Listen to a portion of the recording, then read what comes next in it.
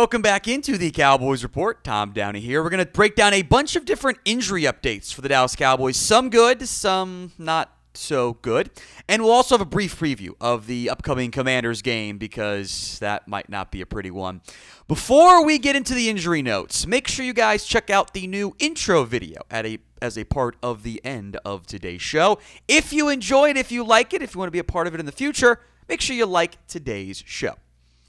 Let's begin with, if you want to win games or have players out there, at least good news. If you're tanking, maybe not so much. DaRon Bland finally making his return to practice, opening the door for a potential return after he had not practiced since the days leading into the Lions game after he had been activated from IR. It was a walkthrough only today for the Dallas Cowboys at practice, so can't read too much into it, but this is progress for Bland and the Cowboys.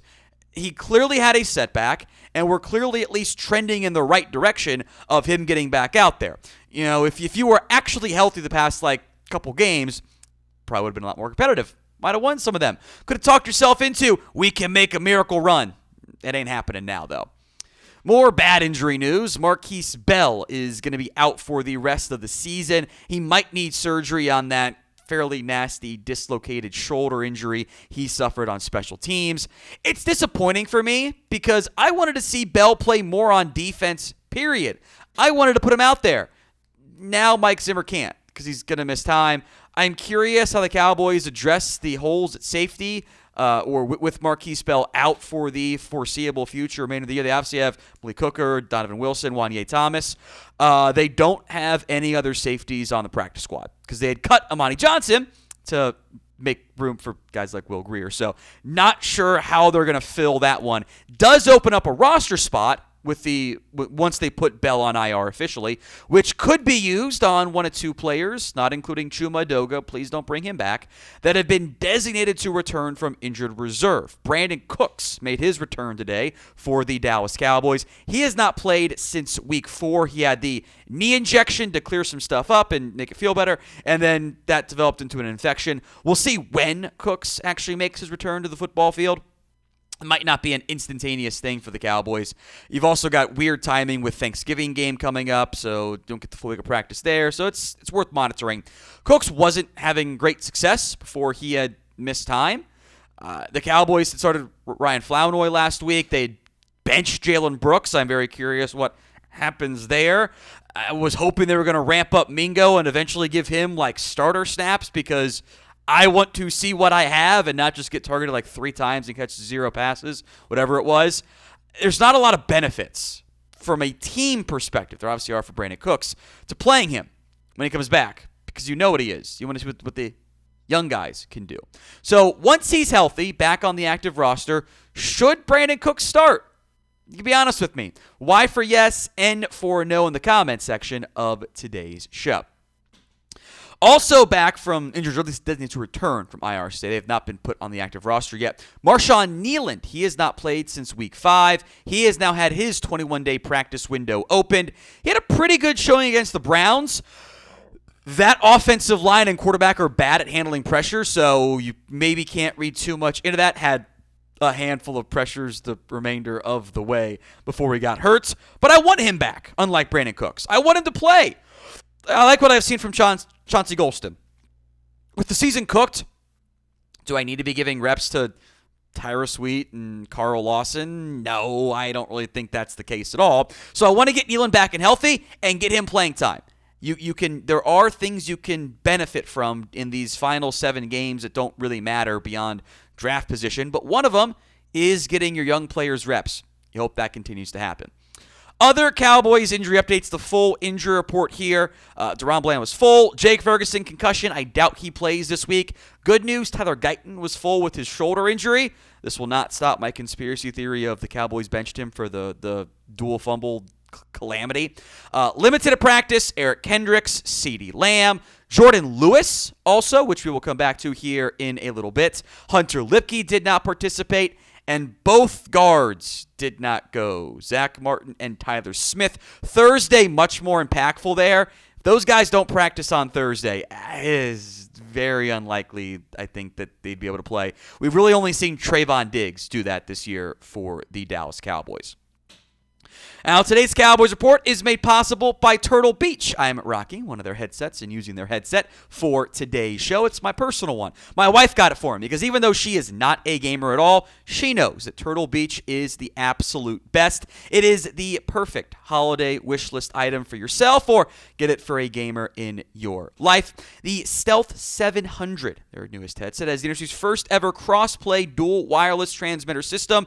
That means you can switch between your consoles, your PC, and your phone.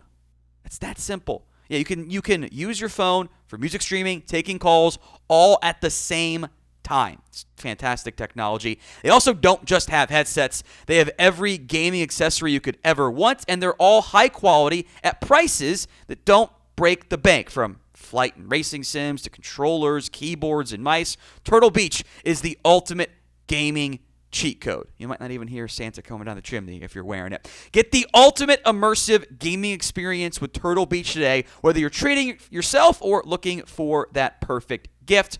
For a limited time only, you guys can get 10% off your entire order when you go to turtlebeach.com/chat and use code chat. That's 10% off your entire order at turtlebeach.com/chat with code chat. Don't delay. Get the perfect gift now. It's happy holidays as well from Turtle Beach.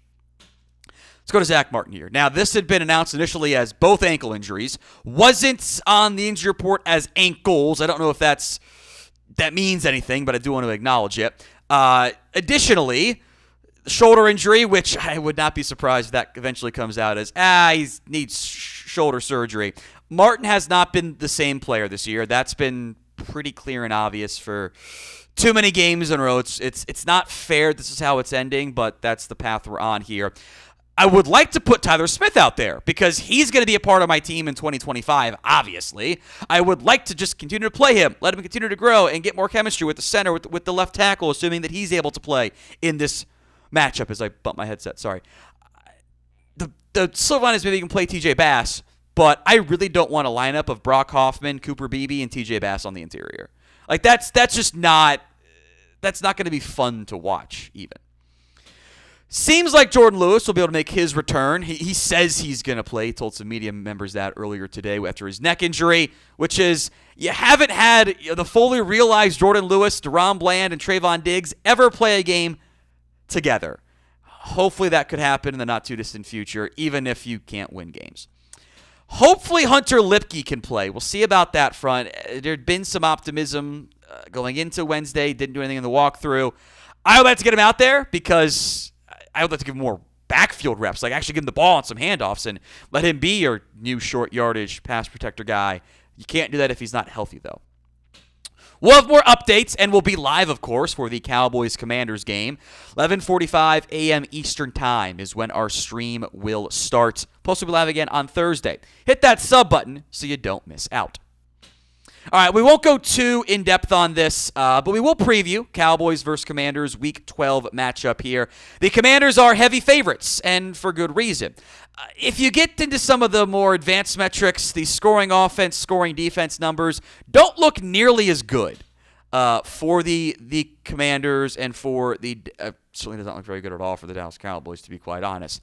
But the Commanders have very much benefited from playing a not very challenging schedule. They have not really beaten anybody that's that good. The Bengals don't count because that was also September, and also they haven't been very good this year.